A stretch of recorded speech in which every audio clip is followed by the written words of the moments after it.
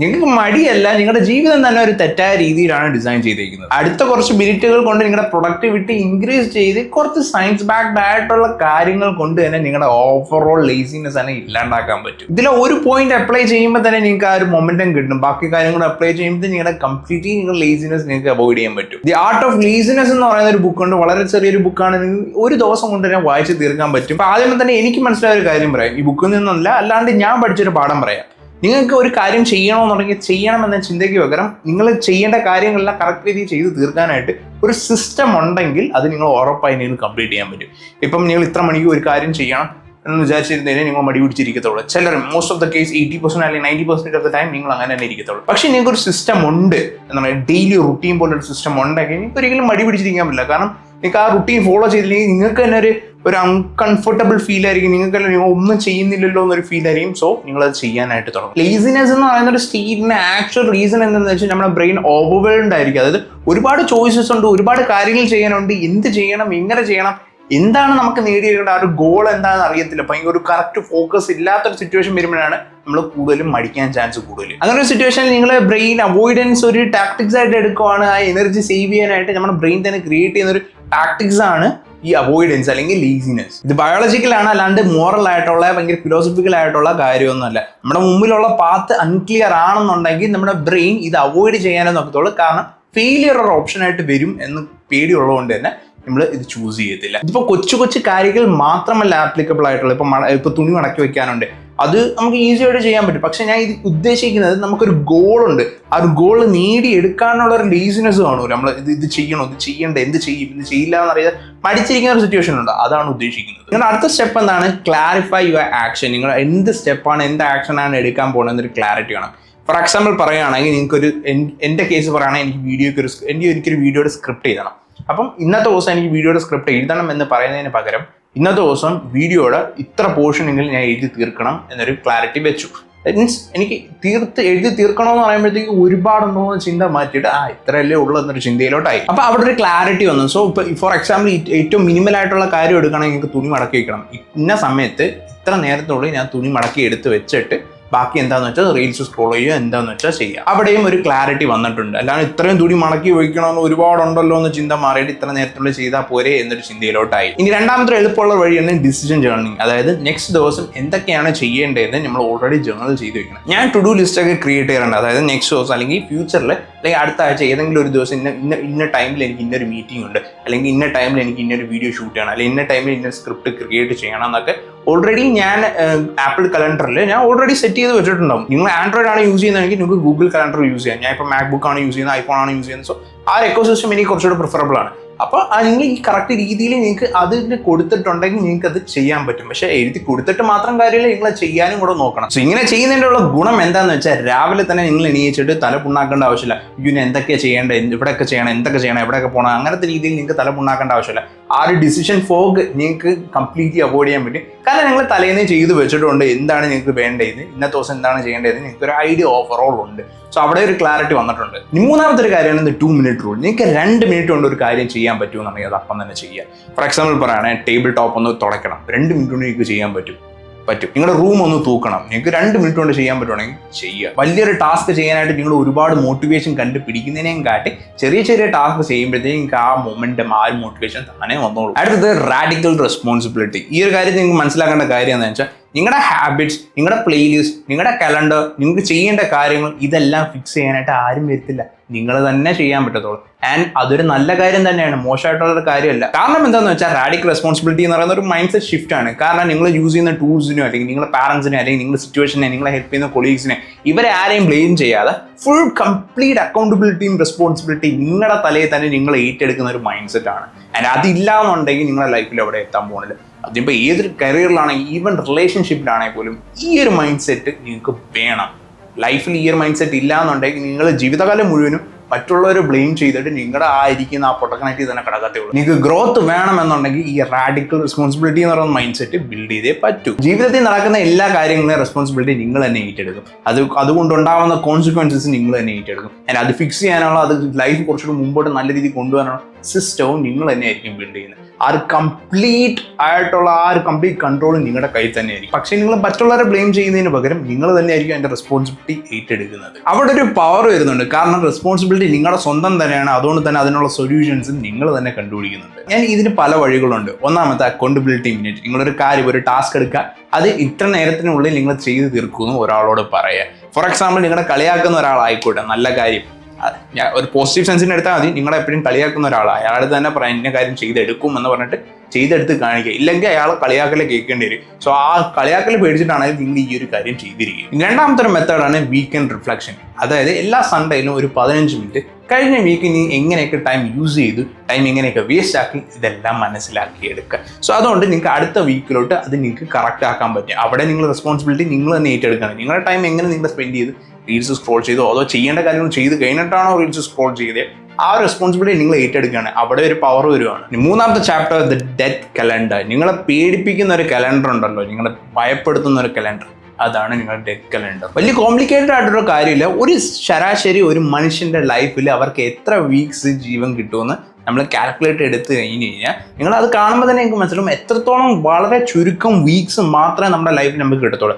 അതായത് ഉറക്കം, അതുപോലെ പല കാര്യങ്ങളും നിങ്ങൾ എക്സ്ക്ലൂഡ് ചെയ്ത് കഴിഞ്ഞാൽ നിങ്ങൾക്ക് ജീവിക്കാനും നിങ്ങൾ ചെയ്യേണ്ട കാര്യങ്ങൾ ചെയ്യാനും നിങ്ങൾക്ക് എത്രത്തോളം ടൈം കിട്ടും എന്ന് നിങ്ങൾക്ക് അത് കാണുമ്പോൾ മനസ്സിലാവും. അപ്പം നിങ്ങൾക്ക് ഒരു ഏർജൻസി വരും. ചെയ്യേണ്ട കാര്യങ്ങൾ പെട്ടെന്ന് ചെയ്ത് തീർക്കാനുള്ള ഏർജൻസി നിങ്ങളുടെ ലൈഫിൽ വരും. ഇത് നിങ്ങളെ ഭയങ്കരമായിട്ട് പേടിപ്പിക്കാനോ പാനിക് ആക്കാനോ ഉള്ള ഒരു കോൺസെപ്റ്റ് അല്ല. പക്ഷേ നിങ്ങൾക്ക് എന്തിലാണ് ഫോക്കസ് ചെയ്യേണ്ടത്, ആ ഒരു കാര്യത്തിലോട് ഫോക്കസ് ചെയ്യണം എന്ന് പറയുന്ന ഒരു കോൺസെപ്റ്റാണ്. കാരണം ചില ആളുകൾ മാസങ്ങളും വർഷങ്ങളും എടുക്കും ഒരു തീരുമാനം എടുക്കാൻ മാത്രം. അതായത് ഒരു കാര്യം ചെയ്യണോ ചെയ്യേണ്ടെന്നൊരു തീരുമാനം എടുക്കാൻ തന്നെ ചിലർ മാസങ്ങളോളം വർഷങ്ങളോളം എടുക്കും. സോ അത്രയും ടൈം നമ്മൾ വേസ്റ്റ് ആക്കുവാണ്. ആ ഒരു ടൈം വേസ്റ്റേജ് വരുത്താതിരിക്കാനാണ് ഈ ഡെത്ത് കലണ്ടർ എന്ന് പറയുന്ന കോൺസെപ്റ്റ്. ഈ ഒരു കോൺസെപ്റ്റ് യൂസ് ചെയ്ത് നിങ്ങൾക്ക് എങ്ങനെ നിങ്ങളുടെ ഗോൾസ് അച്ചീവ് ചെയ്യാൻ പറ്റും? ഒന്നാമത്തെ ഒരു ഗ്രിഡ് ക്രിയേറ്റ് ചെയ്യുക. ആ ഗ്രിഡിൽ നിങ്ങൾ 80 വയസ്സ് വരെ നിങ്ങൾക്ക് എത്ര മാസം അല്ലെങ്കിൽ എത്ര വീക്സ് കിട്ടും എന്ന് നിങ്ങൾ കാൽക്കുലേറ്റ് ചെയ്യുക. എന്നിട്ട് അത്രയും ബോക്സുകൾ ക്രിയേറ്റ് ചെയ്യുക. അത്രയും ബോക്സിൽ നിങ്ങൾ എത്രത്തോളം വീക്സ് അല്ലെങ്കിൽ എത്രത്തോളം മന്ത്സ് നിങ്ങൾ ഓൾറെഡി ജീവിച്ചു കഴിഞ്ഞു എന്ന് അത് ഷെയ്ഡ് ചെയ്ത് വെക്കുക.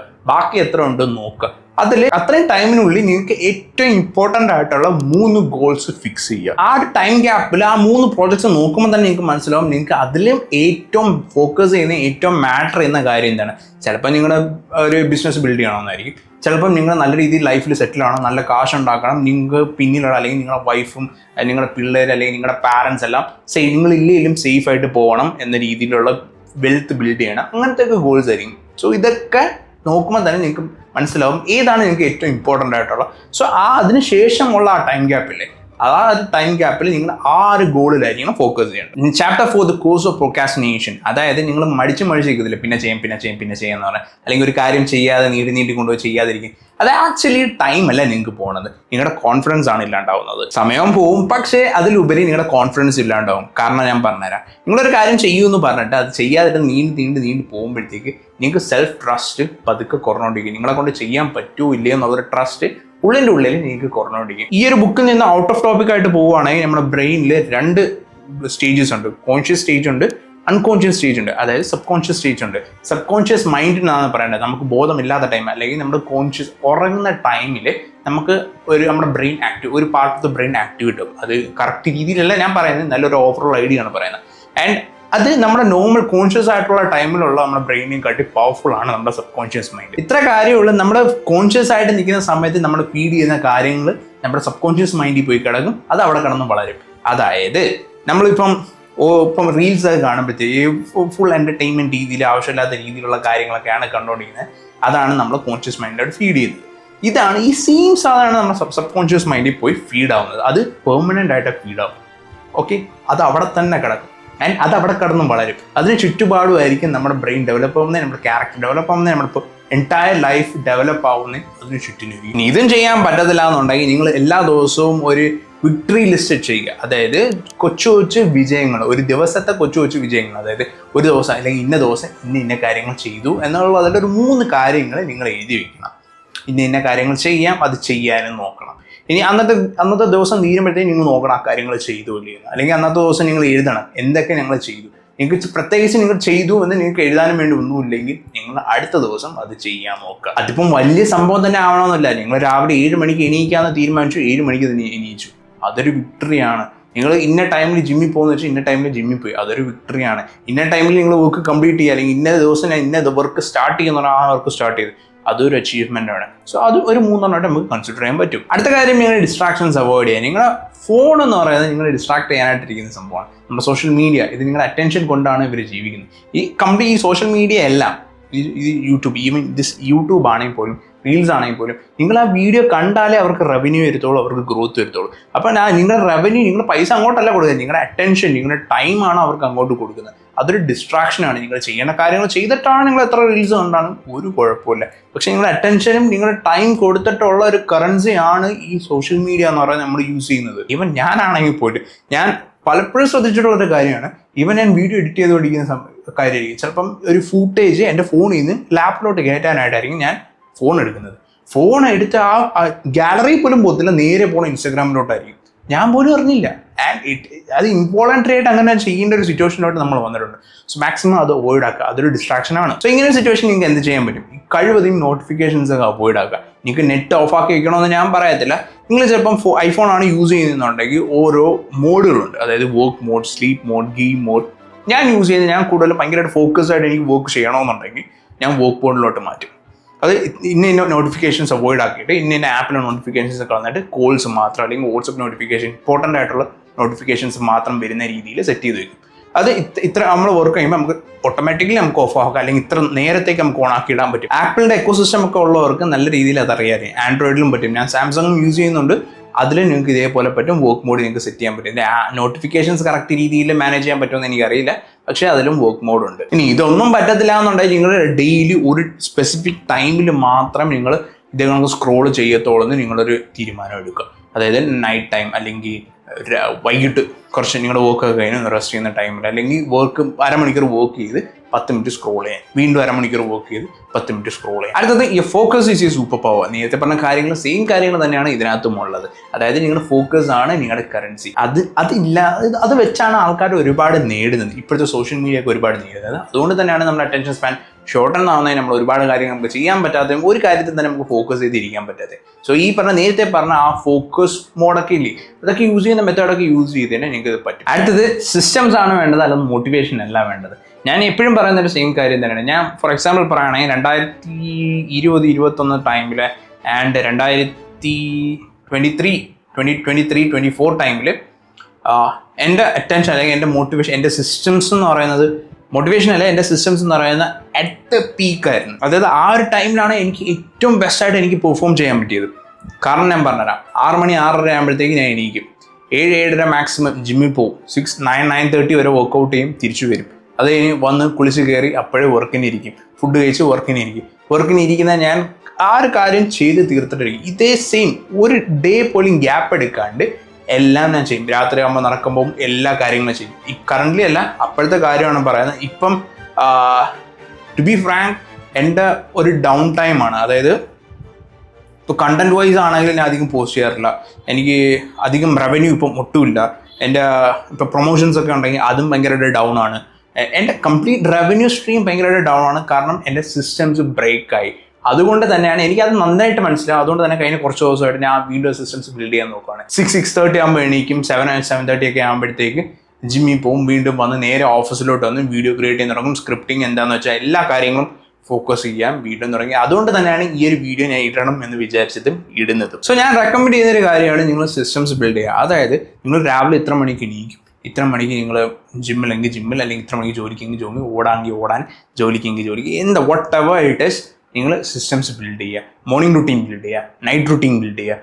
ഇത് ബിൽഡ് ചെയ്തിട്ട് ചുമ്മാ ഒരു പേരിന് ചെയ്യാണ്ട് അതിൽ നിന്നുള്ള നിങ്ങളുടെ ഗോൾസും നിങ്ങളുടെ ഔട്ട്കമും ഇമ്പ്രൂവ് ചെയ്യാൻ നോക്കുക. അല്ലാണ്ട് ചുമ്മാ ചെയ്തിട്ട് ഒരു കാര്യമില്ല. അതുപോലെ ഹാബിറ്റ് സ്റ്റാക്കിംഗ് എന്ന് പറയുന്ന ഒരു മെത്തേഡുണ്ട്. നിങ്ങൾ കോഫി കുടിക്കുന്ന, ഇപ്പോൾ രാവിലെ കോഫി കുടിക്കുന്ന ശീലം, ചായ കുടിക്കുന്ന ശീലം ഉണ്ടെങ്കിൽ നിങ്ങൾ നിങ്ങൾക്ക് ഇന്നത്തെ ദിവസത്തെ കാര്യങ്ങൾ എന്തൊക്കെ ചെയ്യാനുണ്ട് എന്ന് ഒന്ന് ഗോ ത്രൂ ചെയ്യുക. കാരണം നിങ്ങൾ തലേന്ന് ചെയ്തു വെച്ചിട്ടുണ്ട്, നേരത്തെ പറഞ്ഞ പോയിന്റ് തലേന്ന് നിങ്ങൾ ചെയ്തിട്ടുണ്ട്, അതൊന്ന് ഗോ ത്രൂ ചെയ്യുക. അപ്പം ഇത് കുടിച്ച് കഴിഞ്ഞിട്ട് പിന്നീട് നോക്കേണ്ട കാര്യമില്ല. നമുക്ക് ഇത് കുടിക്കുന്ന സമയത്ത് തന്നെ നമുക്ക് കറക്റ്റ് ഇത് നോക്കാം. അത്രയും ടൈം നമ്മൾ സേവ് ചെയ്യുകയാണ്. സോ ഹാബിറ്റ് സ്റ്റാക്കിംഗ്, ഒരു ഹാബിറ്റിൻ്റെ മേളിൽ അടുത്ത ഹാബിറ്റ് സ്റ്റാക്ക് ചെയ്യുക, അല്ലെങ്കിൽ ഒരുമിച്ച് കമ്പൈൻ ചെയ്ത് കൊണ്ടുവന്ന് നോക്കുക.